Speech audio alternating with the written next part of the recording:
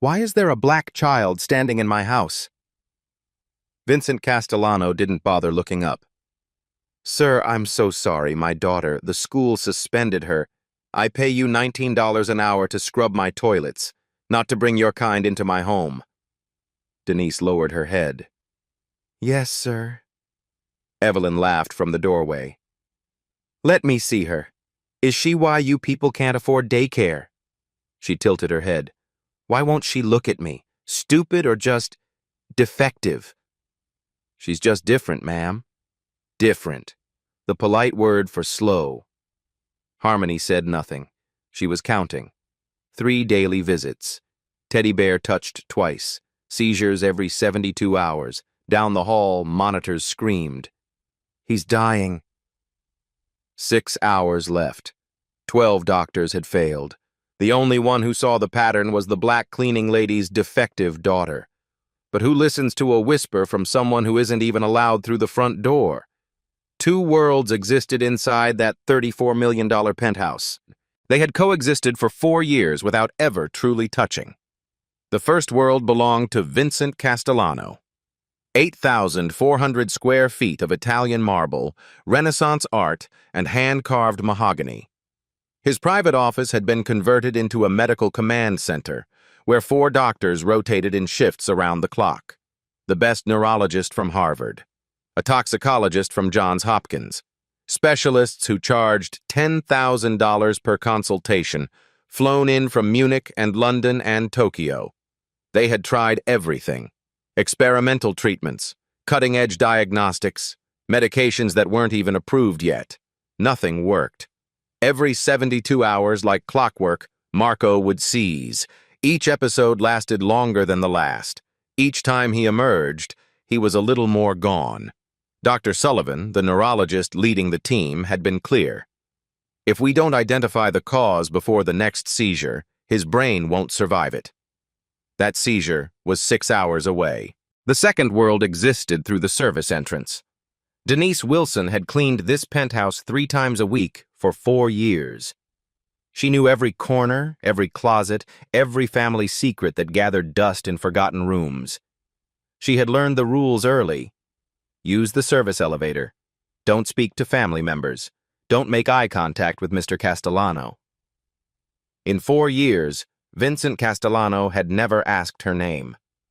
She earned $19 an hour.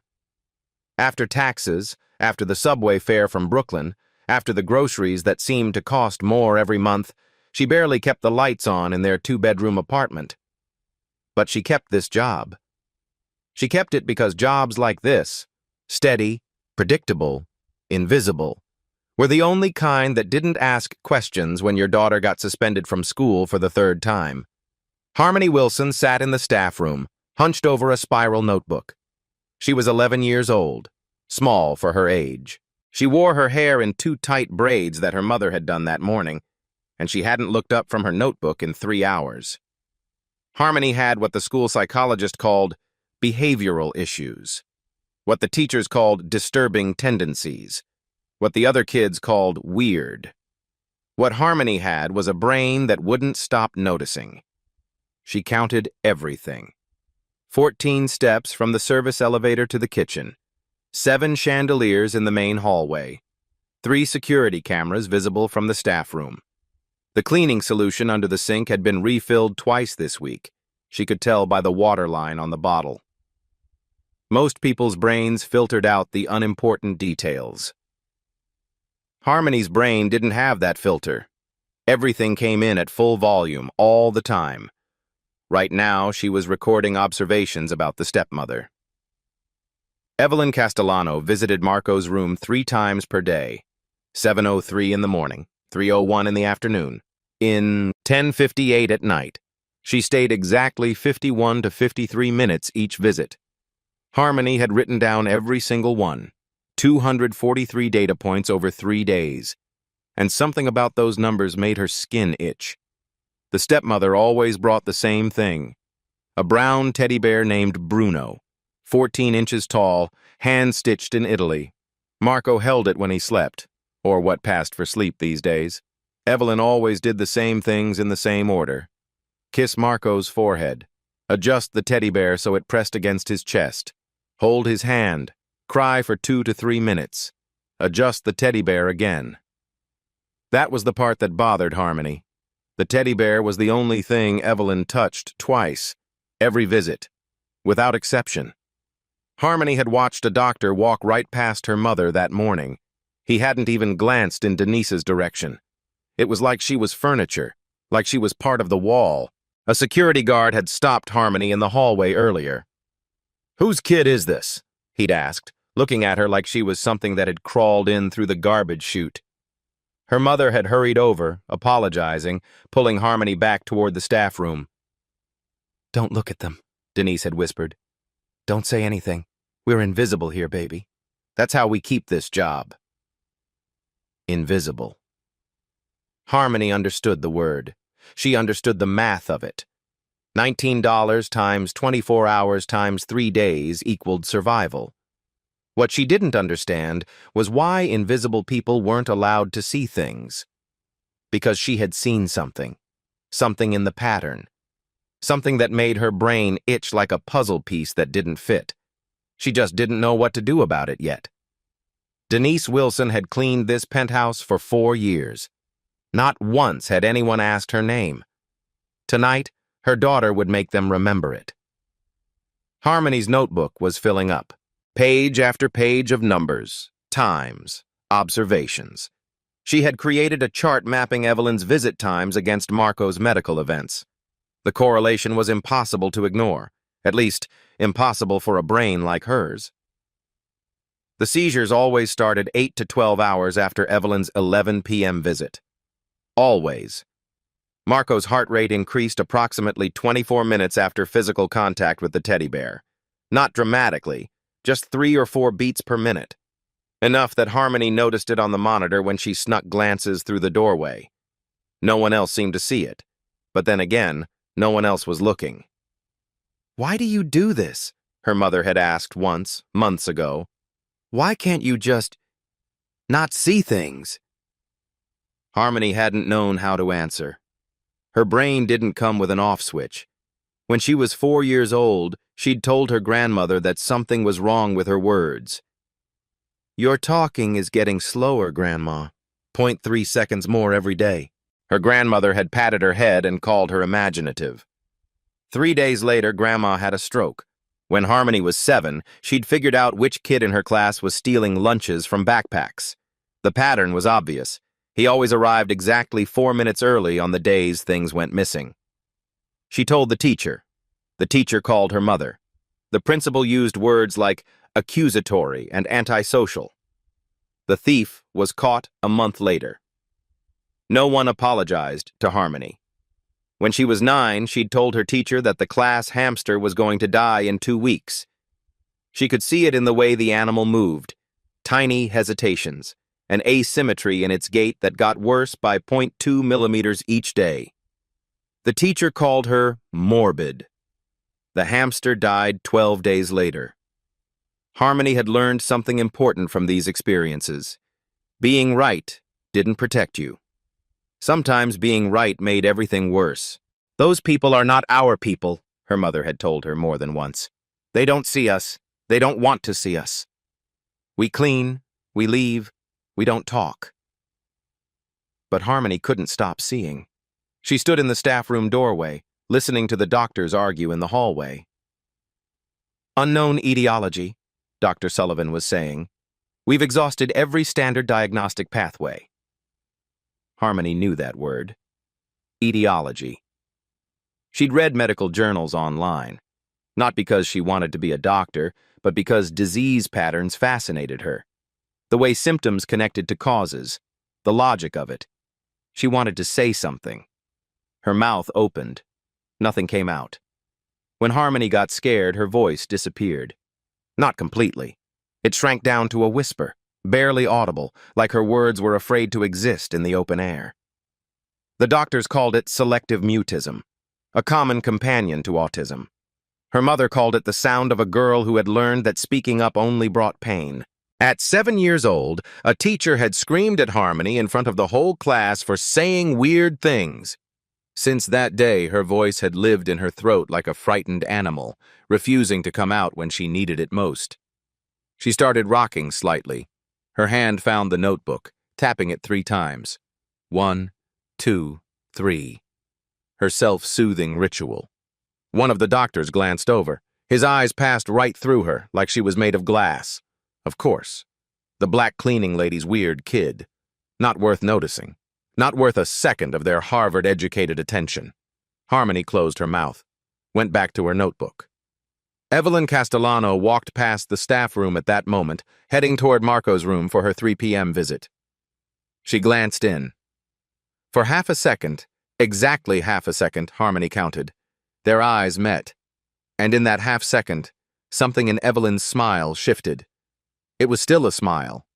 The same perfect, loving stepmother smile she always wore. But for that brief instant, it didn't reach her eyes. There was something underneath, something cold, something calculating. Then Evelyn looked away, and the warmth was back, and she continued down the hall as if nothing had happened. Harmony's pen moved across the page. 3 p.m. visit. Eye contact made. Smile did not reach eyes. Duration of anomaly, 0.5 seconds. She didn't know what it meant yet, but she knew it meant something. Harmony knew what she knew. But every time she'd spoken the truth, the world had punished her for it. 4:32 in the morning. Harmony couldn't sleep. The numbers kept spinning in her head, refusing to settle into a pattern she could understand. She lay on the small cot in the staff room, staring at the ceiling, counting the tiles. 62 tiles. She'd counted them 4 times, to be sure. Her mother was somewhere in the penthouse, doing the overnight cleaning shift. The hallways were quiet. The doctors were quiet. Even the machines monitoring Marco seemed to beep more softly in the dark hours. 90 minutes until the predicted seizure. She got up. She knew she shouldn't. She knew the rules. Stay in the staff room, stay invisible, stay quiet. But her brain wouldn't stop itching, and the only way to scratch it was to look closer. The medical command center was dimly lit. Dr. Brennan sat at a workstation reviewing charts. She was the toxicologist, the one who was supposed to find poisons. Harmony approached. She tried to speak in a normal voice. What came out was barely above a whisper. "Excuse me." Dr. Brennan looked up, startled. Her eyes took in Harmony. The braids, the oversized sweater, the spiral notebook clutched like a shield. "Sweetie, you shouldn't be here. Where's your mother?" "I noticed something," Harmony whispered. "About the pattern. The seizures happen 8 to 12 hours after the evening visit. Every time. I have 243 data points." "Doctor." Brennan's expression softened into the particular kind of patience adults used when they'd already decided you were wrong. "That's very observant, honey. But we've run every toxicology panel available. There's no poison in his system." "Did you test the bear?" "The what?" "The teddy bear, Bruno. The stepmother brings it every visit. She touches it twice. Once when she arrives, once before she leaves. It's the only thing she touches twice." Dr. Brennan blinked, glanced at the teddy bear visible through the glass partition, nestled against Marco's chest. "Honey, we test blood, urine, hair samples. Personal items aren't part of diagnostic protocols." "But what if the poison isn't in him yet? What if it's on the bear? What if it absorbs through his skin while he sleeps with it?" For a moment, just a moment, something flickered in Dr. Brennan's eyes. A question, a hesitation. Then she turned to the nurse beside her. "Whose kid is this? Why is she in the medical area?" "The cleaning lady's daughter. I'll have security escort her out." Harmony's chest tightened. Her voice shrank even smaller. "Please, just test the bear. Please." Dr. Brennan patted her shoulder. "Go back to your mother, sweetheart. Let the doctors handle this."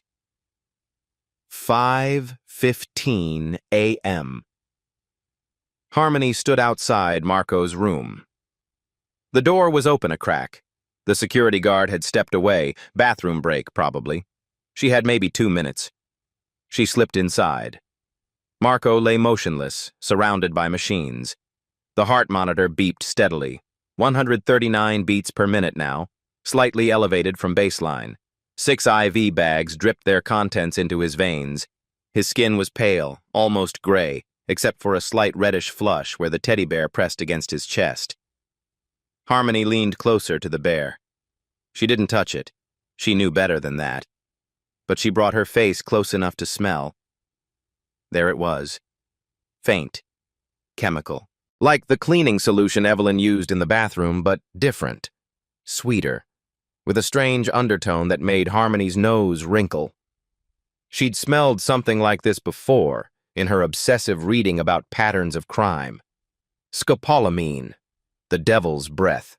A drug that could be absorbed through skin, that could cause confusion, seizures, organ failure. She leaned closer to Marco's ear. When Harmony was scared, she could only whisper. But maybe that was okay. Maybe whispers could reach places that shouts couldn't. "I know what's hurting you," she breathed. "The bear isn't your friend. I'm going to help you." The heart monitor changed. 139, 138, 137, 136, 3 beats per minute. His heart rate had dropped 3 beats per minute in response to her voice. Like he'd heard her. Like somewhere in that damaged brain, he was waiting for someone to notice. "Hey!" The security guard stood in the doorway. Harmony froze. Eye contact was impossible. Words were impossible. She stood there, trapped in her own body, unable to explain. "What are you doing in here? This is a restricted area." Her mother appeared behind the guard, face twisted with fear. "Harmony! I told you to stay in the back!" The guard spoke into his radio. "We got an intruder in the patient's room, the cleaning lady's kid." Intruder. Like she was a threat. Like she was the danger here. "I'm so sorry," Denise was saying, pulling Harmony toward the door. "It won't happen again. She's just curious. She didn't mean any harm." The guard looked at Denise with barely concealed contempt. "You people are lucky Mr. Castellano is too distracted to deal with this. One more incident and you're gone. Both of you." In the hallway, Denise gripped Harmony's shoulders. Her hands were trembling. "Baby, please, not now, not here. I can't lose this job." "Mama, the bear is wrong." The words came out in a desperate whisper. "The bear is making him sick. I can smell it. It smells like scopolamine." "Harmony, but he's going to die. He's going to die, and they won't listen. And I know what's wrong, but nobody will listen to me." A movement at the end of the hallway.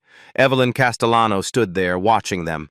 She was too far away to have heard Harmony's whisper, but her eyes were fixed on the girl, and there was nothing warm in them now. Nothing warm at all. Harmony had whispered to a dying boy. Now she had 90 minutes to make someone else listen. 5:45 in the morning. The staff room was cold.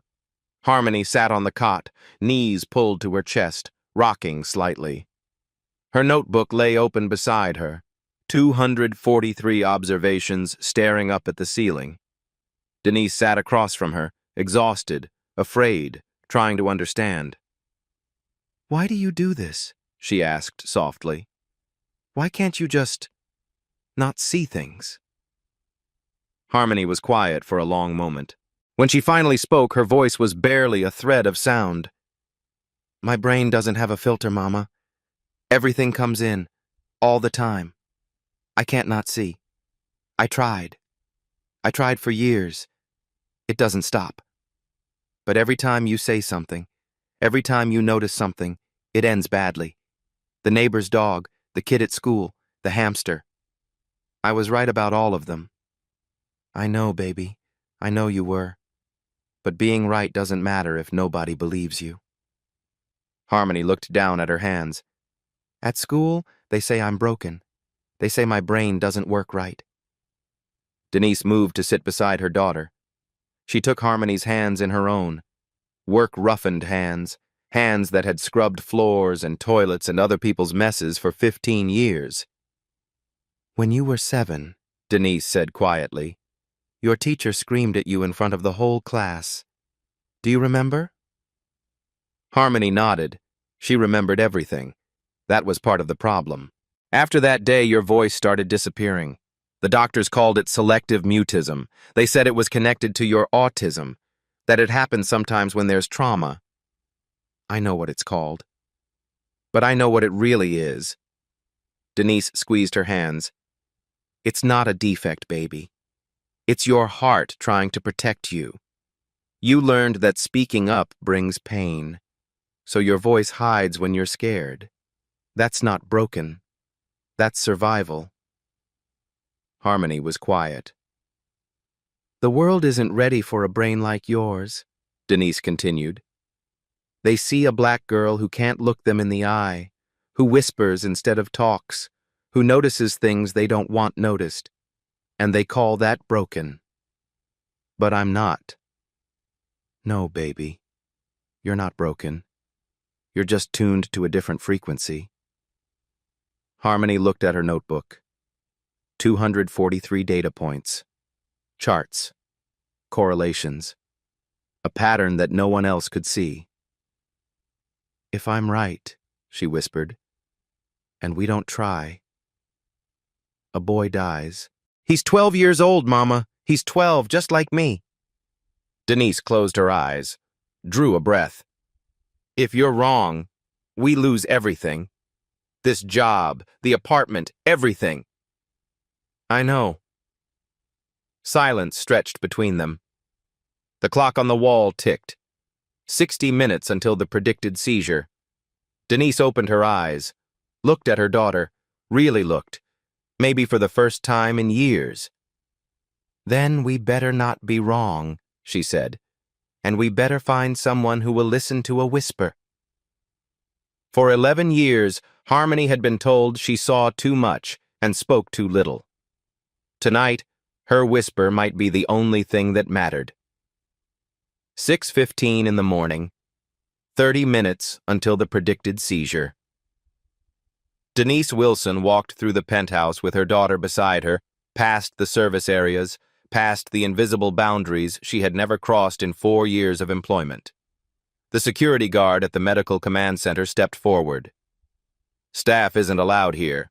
Denise didn't lower her eyes.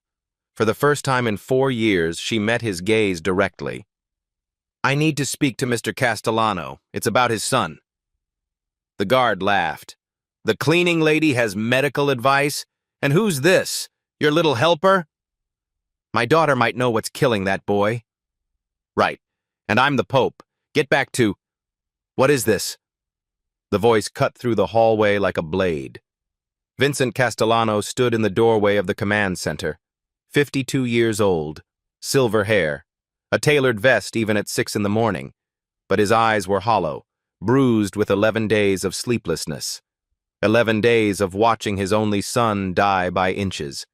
He looked at Denise and Harmony the way you might look at insects that had crawled onto your dinner plate. The cleaning lady, sir, the guard said, says her kid knows something about Marco. Vincent's gaze dropped to Harmony. She was staring at his left shoulder. Eye contact was impossible. You have 30 seconds, Denise nudged her daughter. Tell him, baby. Tell him what you told me. Harmony opened her mouth. Nothing came out. The fear was too big. Too many people watching. Too many eyes. Her voice had retreated somewhere deep inside her chest, and she couldn't find it. She started rocking. Her hand found her notebook, tapping it 3 times. 1, 2, 3. Dr. Sullivan appeared behind Vincent. Mr. Castellano, the child is clearly disturbed. We don't have time for this. 20 seconds. Denise's heart was pounding, but she understood her daughter in ways no one else did. She can't speak in crowds, Denise said, but she can whisper. Let her whisper to you. Just you. Then you decide if it's worth hearing. I don't have time for games. Denise looked Vincent Castellano in the eye. The Mafia boss. The killer. The man who had never once acknowledged her existence. Neither does your son. Something shifted in Vincent's expression. A crack in the stone. Everyone out, he said. Except them. Dr. Sullivan protested. "Mr. Castellano, this is absurd." "Out!" The command center emptied. The door closed. Just Vincent, Denise, Harmony, and 25 minutes until the seizure. Vincent pulled a chair over and sat down, bringing himself to Harmony's eye level. It was the first time in his life he had lowered himself for anyone. "Okay, kid. Whisper." Harmony stared at his left shoulder, leaned closer. Her lips nearly touched his ear. And finally, the words came out. "It's the bear, Mr. Castellano. Your wife is poisoning your son through the teddy bear." Vincent went rigid. The color drained from his face. "Say that again." Harmony's whisper continued, steady and certain. "The teddy bear. Bruno. She touches it twice every visit. Once when she arrives, to activate the poison. Once before she leaves, to refresh it. The poison absorbs through Marco's skin when he holds it. That's why it happens every 72 hours. The seizures start 8 to 12 hours after her 11 p.m. visit, when he sleeps with the bear longest. Every time. I have 243 data points. The pattern never breaks." Vincent stared at her for 5 full seconds. Then he stood, walked to the door, opened it. "Everyone, back in here. Now. Every single one of you." 5 doctors filed in.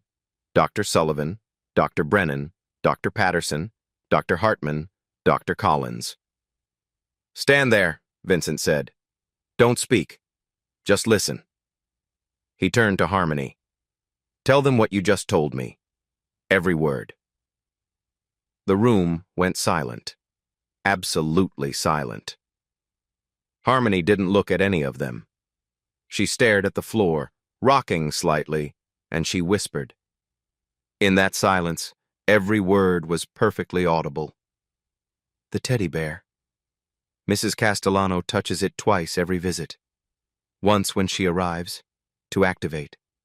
Once before she leaves, to refresh. She's putting poison on the fur. It absorbs through Marco's skin when he holds it. The poison is scopolamine. I can smell it.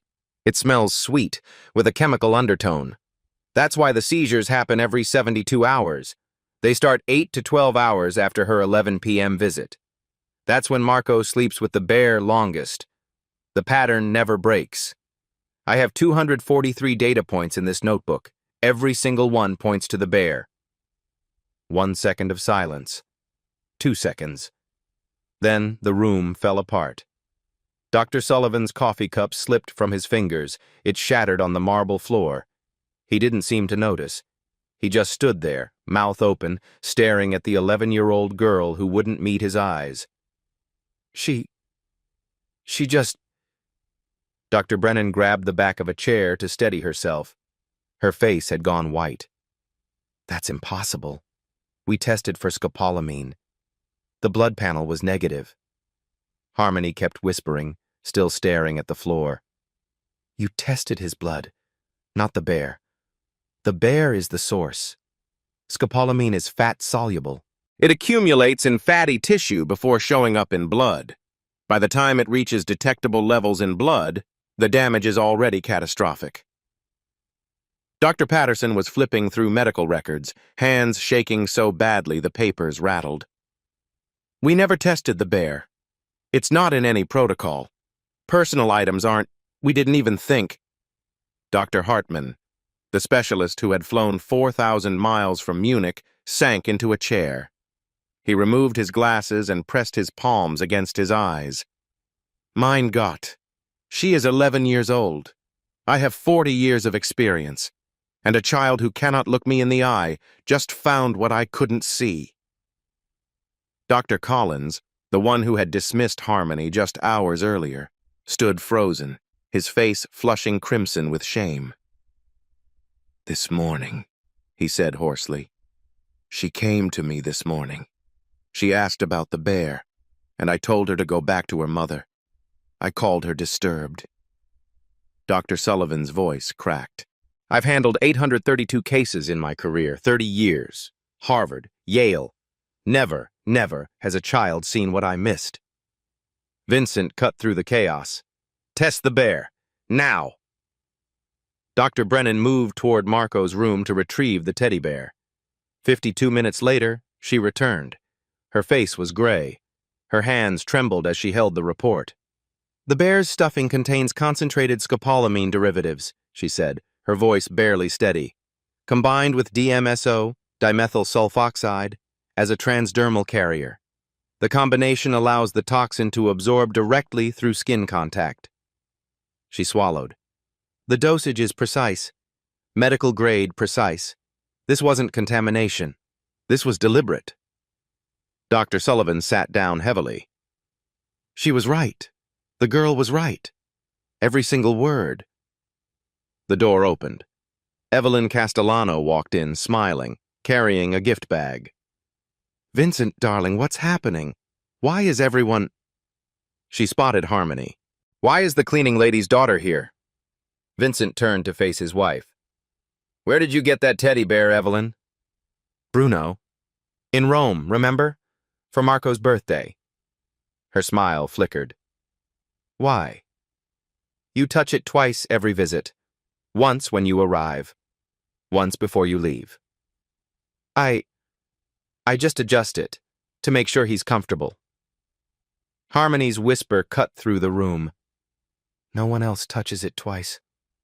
Only you. Every visit. Without exception. Evelyn's mask cracked. For 1 second, just 1 second, the loving stepmother vanished. What appeared underneath was cold, empty, hungry. Then the mask slammed back into place, but it was too late. Everyone had seen. Guards, Vincent said quietly. Take my wife to the study. She doesn't leave until I say so. As they led her away, Evelyn screamed. I loved him. I was the only one who was there, every single day. Where were you, Vincent? The door closed behind her. And in the silence that followed, everyone realized the same thing. They had found the killer. But Marco's next seizure was 18 minutes away, and knowing who poisoned him wasn't the same as knowing how to save him. Every doctor in that room had been shocked twice, first by the whisper, then by the truth. But the poison was still in Marco's blood, and time was running out. 7:02 in the morning. The seizure hit like a thunderclap. Marco's body arched off the bed, every muscle contracting at once. The monitors screamed, heart rate spiking to 198 beats per minute, blood pressure crashing, oxygen saturation plummeting. The medical team swarmed around him. Hold him steady! He's aspirating! Suction now! V-fib! He's going into V-fib! The seizure lasted 4 minutes and 22 seconds. The longest yet. When it finally stopped, Marco lay motionless, his skin gray, his lips tinged blue. Dr. Sullivan's voice was grim. His brain is swelling. If we don't reduce intracranial pressure in the next 30 minutes, the damage will be permanent. What about the antidote? Vincent demanded. You know what poison it is now. There must be an antidote. Dr. Brennan shook her head. Standard scopolamine treatment is physostigmine, but he's had 11 days of cumulative exposure. The toxin has built up in his fatty tissues. The dose we'd need to counteract it could stop his heart. So do nothing, and he dies. Do something, and he might die. That's essentially correct. Vincent turned away. His fist hit the wall hard enough to crack the plaster. 11 days. 11 days his wife had been poisoning his son. 11 days she had sat beside Marco's bed, held his hand, cried her perfect tears. And he had believed her. He had trusted her. I let her into my home, he said, his voice raw. I let her into his room. I let her hold him while she killed him. No one knew what to say. In the corner, Harmony was reading. Her mother's phone glowed in her hands, screens scrolling through medical journals. Her brain was doing what it always did, searching for patterns, connections, solutions that others couldn't see. There's another way. Her whisper was so soft that at first no one heard. Denise heard. She touched Dr. Brennan's arm. My daughter says there's another way. Dr. Sullivan turned, frustration evident. We're not taking treatment advice from a child. Not again. Vincent's voice cracked like a whip. That child just found what 12 specialists couldn't. That child just exposed my wife as a murderer. If she has something to say, you're going to listen. Harmony kept her eyes on the phone, whispering. Denise translated, her voice steady. Lipid emulsion therapy. It's normally used for anesthesia overdoses, but the mechanism works for any fat-soluble toxin. The fat molecules create what's called a lipid sink. They bind to the poison in the tissues and pull it into the bloodstream, where it can be filtered out by the kidneys. Dr. Brennan grabbed her own phone, searching. Her eyes widened. She's right. There's a Johns Hopkins paper from 2021. It's experimental, never been tried specifically for scopolamine, but the chemistry is sound. The lipid molecules would theoretically attract the drug out of his fatty tissues. Theoretically? It's never been done before, not for this. Vincent looked at his son. Gray-skinned, barely breathing. 18 minutes from permanent brain damage. Do it. Mr. Castellano, I have to be clear. This is experimental, untested. If it doesn't work, if you don't try, he dies anyway. Do it. Dr. Brennan hesitated for one more second. Then she started barking orders. I need a 20% lipid emulsion stat. Set up an IV push. We're doing a bolus dose followed by continuous infusion. Monitor his cardiac rhythm constantly. If he goes into VTAC, we defibrillate immediately. The team moved with desperate efficiency. Within 3 minutes, the IV was set. The white, milky lipid solution began flowing into Marco's veins. Harmony watched through the glass, still rocking slightly, still counting. She counted the drips. She counted the seconds. She counted her own heartbeats. She had been right about the poison. Now everything depended on whether she was right about the cure. Harmony had been right once. In 20 minutes, they would know if she could be right twice. The first 10 minutes were agonizing. Harmony stood at the glass partition, watching the monitors, counting everything. Heart rate 156, then 152, then 148, then 144, dropping. Slowly, but dropping. He's stabilizing, Dr. Patterson reported, barely believing his own words. Slightly, but he's stabilizing. Dr. Brennan was monitoring the blood work in real time. Scopolamine levels in his blood are actually rising. That sounds bad, but it's exactly what we want. The lipid sink is working. It's pulling the toxin out of his tissues and into his bloodstream where we can filter it. How much does it need to drop? Vincent asked. 60% minimum before we're out of the danger zone. Minute 15. Marco's heart rhythm went wrong. The monitor shrieked. The even beeping dissolved into chaos. VTAC! He's going into ventricular tachycardia! The medical team converged. Dr. Sullivan started chest compressions. Dr. Collins prepared the defibrillator. Charging to 200 joules. Clear! Marco's body jolted. The monitor showed a flat line for 1 terrible second. Then, beep, beep, beep. Sinus rhythm. Heart rate 142, dropping to 138, then 134. Harmony let out a breath she didn't know she'd been holding. Denise put her arm around her daughter. Don't watch, baby. No. Harmony's whisper was firm. I need to see. I need to know if I was right. She forced herself to watch, to witness, to carry this moment, whatever it became. Minute 20. Blood work's back, Dr. Brennan announced. Scopolamine levels are down 40% from peak. Is that enough? Not yet. We need 60% to be safe. but we're moving in the right direction. Minute 25. Marco's color was changing.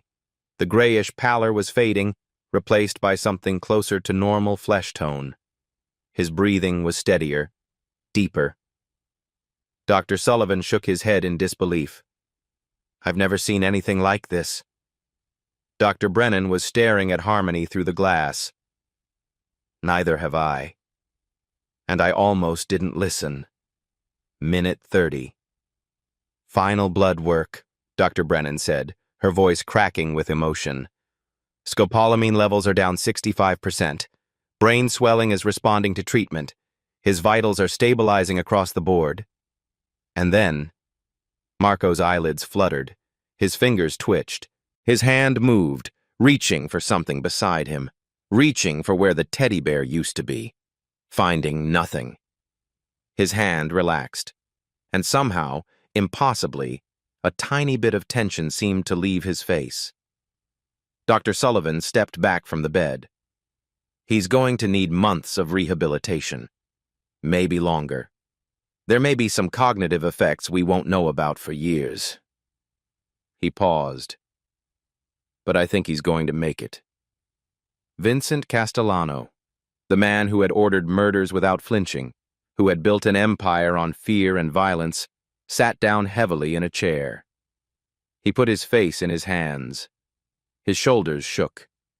When he finally looked up, his eyes found Harmony through the glass. She was still there, still rocking slightly, still unable to meet his gaze. He stood, walked to the partition, opened the door. The doctors parted for him automatically. Everyone parted for Vincent Castellano. He walked straight to Harmony and knelt down, putting himself at her eye level. I don't know how to thank you. She looked at his shoulder. You don't have to. Marco is awake. That's enough. No, it's not. His voice was rough with emotion. 4 years your mother has worked for me. 4 years. I never knew her name. I never looked at her. I never looked at you. He took a breath. You saved my son. You saw what 12 doctors couldn't see. You spoke up even when everyone told you to be quiet, even when you could barely speak at all. Harmony was quiet for a moment. Then she whispered, We were always here, Mr. Castellano. You just weren't looking. The words hung in the air. Behind her, Dr. Sullivan approached. He knelt down, too, the Harvard-educated neurologist, 30 years of experience, kneeling beside a Mafia boss to address an 11-year-old cleaning lady's daughter. I owe you an apology, he said. When you tried to tell me about the bear, I dismissed you. I saw a child and assumed you couldn't know what doctors didn't. I was wrong. I'm deeply, profoundly sorry. Dr. Brennan joined them. We all were. We were so focused on what we knew, we forgot to see what was right in front of us. Dr. Patterson asked the question everyone was thinking. How did you know? Not just about the poison, about the treatment. How did you know about lipid emulsion therapy? Harmony's whisper was matter-of-fact. I didn't know. I saw a pattern. And then I read until I understood it. That's all. Dr. Sullivan shook his head. That's not all. That's called research. That's called diagnosis. That's called medicine. He paused. You're 11 years old, and you just practiced better medicine than any of us. Vincent stood, turned to Denise, who had been standing in the background, tears streaming silently down her face. Denise Wilson, he said. I've been told that's your name. She nodded, not trusting her voice. Your daughter has a gift. I don't understand it. I doubt anyone in this room understands it, but I know value when I see it. He paused. I was blind before. I'm not blind anymore. On the bed, Marco's eyes fluttered open. The first word he tried to say was too soft to hear. Dr. Brennan leaned close. What is it, sweetheart? What do you need? Marco's cracked lips formed a single word. Who? He tried again, fighting through the fog of medication and trauma. Who saved me? Every eye in the room turned to Harmony. She stood there, small and quiet, still rocking slightly, still unable to meet anyone's gaze. But for the first time in her life, she didn't feel invisible. 12 doctors had failed. One girl with a whisper had succeeded. And nothing in that penthouse would ever be the same. 3 weeks later, Marco Castellano sat in a wheelchair in the rehabilitation wing of Mount Sinai Hospital, working through a physical therapy exercise that involved squeezing a foam ball. His grip was weak. 11 days of poisoning had taken a toll on his motor control, but it was getting stronger every day. The doctors said full recovery would take 6 to 8 months. There might be some lingering cognitive effects, memory issues, difficulty concentrating. But he was alive, and that was more than anyone had expected 3 weeks ago. The stepmother, he said, still struggling with the word. She's in jail? His father sat across from him. Vincent Castellano looked different these days, older somehow, but also more present. He visited every day now. He hadn't missed a single session. Arrested, charged with attempted murder. Vincent paused. The investigation found something else, too. Before me, she was married to a man named Thomas Whitfield. They had a nephew living with them, 7 years old. Same symptoms you had. Same pattern. Marco went still. What happened to him? He died. They ruled it natural causes. Vincent's jaw tightened. It wasn't natural causes. It was her. She's done this before. The foam ball dropped from Marco's fingers. The girl, he said. The one who figured it out. She solved that case too? Her pattern recognition identified a killer no one else saw. She didn't just save your life, Marco. She gave that little boy's family the truth they never had. 2 weeks after Marco's awakening, Dr. Brennan published a case study in the New England Journal of Medicine. The title, Pattern Recognition in Pediatric Toxicology, a case study in non-standard diagnostic methodology. Harmony Wilson was credited as primary diagnostic contributor. Medical schools around the country requested interviews. News outlets wanted to run features. Everyone wanted to know about the 11-year-old autistic girl who had outdiagnosed a team of world-renowned specialists. Harmony didn't care about any of that. She just wanted to know if she'd understood the chemistry correctly. 1 month after the incident, Vincent called Denise and Harmony to his study. On his desk lay 2 folders. 4 years you've worked for me, he said to Denise. 4 years, and I never knew your name, never acknowledged your existence. That changes now. He slid the first folder toward her. Director of Household Operations for all Castellano properties. Salary, $180,000 per year. Full benefits. Retirement plan. You'll be managing a staff of 32 people. Denise stared at the folder. Mr. Castellano, I don't know what to say. Say yes. You've earned it. More than earned it. He turned to Harmony and slid the second folder across. Full scholarship to Whitmore Academy. Best STEM prep school on the East Coast. $52,000 a year tuition, paid in full. After that, college. Any school that accepts you, any program you want. All expenses covered. Harmony looked at the folder, then at Vincent's shoulder.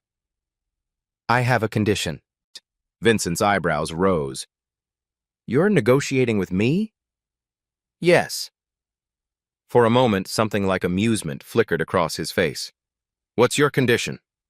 I want access to unsolved cases, medical mysteries, patterns that nobody has found yet. I want to keep looking. Vincent stared at her for a long moment. Then he laughed. It was the first real laugh anyone had heard from him in months. You have a deal, kid. The day before Harmony started at Whitmore Academy, she visited Marco in rehabilitation. He was walking now, slowly, with a physical therapist beside him, but walking. His grip strength had improved by 40%. His cognitive tests were trending upward. "You're the one who figured it out," he said, when the therapist gave them a moment alone. "Dad told me everything. He said you whispered it, that you literally whispered the answer because you couldn't talk louder." Harmony stared at his shoulder. "I noticed a pattern. Anyone could have. But they didn't." Marco's voice was firm. 12 doctors from 3 continents, Harvard, Johns Hopkins, specialists from Germany. None of them saw it. You did. He held out his hand. "I'm Marco. I guess you probably already know that." Harmony looked at his hand. Eye contact was still impossible, but she reached out and shook it. "I'm Harmony. I'm not good at talking to people." "That's okay." Marco smiled. "Apparently you don't need to be loud to save someone's life. Sometimes a whisper is enough." For the first time in a long time, maybe the first time ever, Harmony almost smiled. "I have to go," she whispered. "School starts tomorrow." "Will you visit again?" She considered the question seriously, the way she considered everything. "Yes, I think I will." As she walked out, Marco called after her. "Hey, Harmony?" She paused in the doorway. "Thank you for seeing me when no one else did." She nodded once. Then she was gone. Harmony Wilson walked into that penthouse as the cleaning lady's strange daughter. She walked out as something the world had never bothered to see. Someone worth listening to. 2 months later. Whitmore Academy. First day of school. Harmony stood at the entrance wearing her new uniform, navy blazer, gray skirt, white blouse. She had insisted on wearing it exactly as specified in the handbook. She liked rules. Rules made sense. Denise crouched down to her daughter's level. "You nervous?" Harmony considered the question. 63% nervous, 37% curious. Denise smiled. "Sounds about right. The other students will think I'm strange." "Probably. They might not want to talk to me." "Maybe not at first. But that's okay." Harmony said it like she was testing the words, seeing if they fit. Being quiet was never the problem. The problem was people who didn't know how to listen. Denise's eyes glistened. "When did you get so wise?" "I'm not wise, I just see patterns." Harmony paused. "And I've seen the pattern of people who succeed. It's not about being loud. It's about being right, and being patient, and waiting for someone to finally pay attention." Denise pulled her daughter into a hug. "Go show them what a whisper can do." Harmony walked through the doors of Whitmore Academy. She didn't look back. She didn't need to. Because for the first time in 11 years, she wasn't walking into a room where she'd have to prove she belonged. She was walking into her future. Harmony Wilson had never been loud. She had never been normal. She had never been the kind of person that the world noticed. But she had saved a life with a whisper. She had exposed a killer with a notebook. She had seen what 12 doctors couldn't see. And she was just getting started. Different isn't broken. Quiet isn't empty. And sometimes, the person nobody notices is the only one who sees the truth. Harmony Wilson didn't save a life by shouting. She saved it with a whisper. Sometimes that's all it takes, if someone is finally willing to listen. If this story reminded you that different isn't broken, that the quietest voice in the room might hold the loudest truth, then you already understand why these stories matter. A like, a subscribe, that's how you tell me to keep finding people like Harmony. The ones who whisper while the world shouts, the ones who see what the rest of us miss.